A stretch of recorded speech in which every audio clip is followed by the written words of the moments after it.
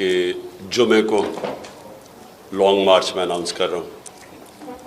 لاہور سے میں شروع کر رہا ہوں اور لبرٹی 11 بجے ہم وہاں جمع ہوں گے اور ادھر سے پھر ہماری مارچ شروع ہوگی اسلام آباد کی طرف.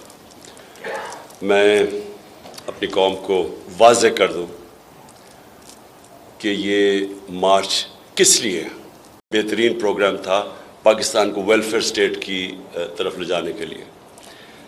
تو اس وقت ہماری حکومت کے خلاف 3 دفعہ لانگ مارچز ہوئیں. 3 دفعہ ہماری حکومت کو جبکہ ایک اتنے بڑے معاشی بحران سے گزر رہے تھے، اس کے باوجود فضل الرحمان نے 2 مارچز کی اور بلاول بھٹو نے 1 مارچ کی. 3 دفعہ. اور ہاں، مریم نے بھی 1 مارچ کی تھی جو میرے خیال میں گجر خان میں کہیں رہ گئی تھی، پہنچی نہیں اسلام آباد. تو ہم نے تو کبھی کسی کو نہیں روکا. تب تو ان کو نہیں خیال آیا کہ کرونا کے بھی عذاب سے گزر رہے ہیں، ہم ایک بینکرپٹ ملک چھوڑ کے گئے، وہ بھی اس سے ہم نکلنے کی کوشش کر رہے تھے. تب تو ہمیں کسی نے نہیں پرواہ کی کہ پاکستان کتنے بڑے مشکلات میں ہے.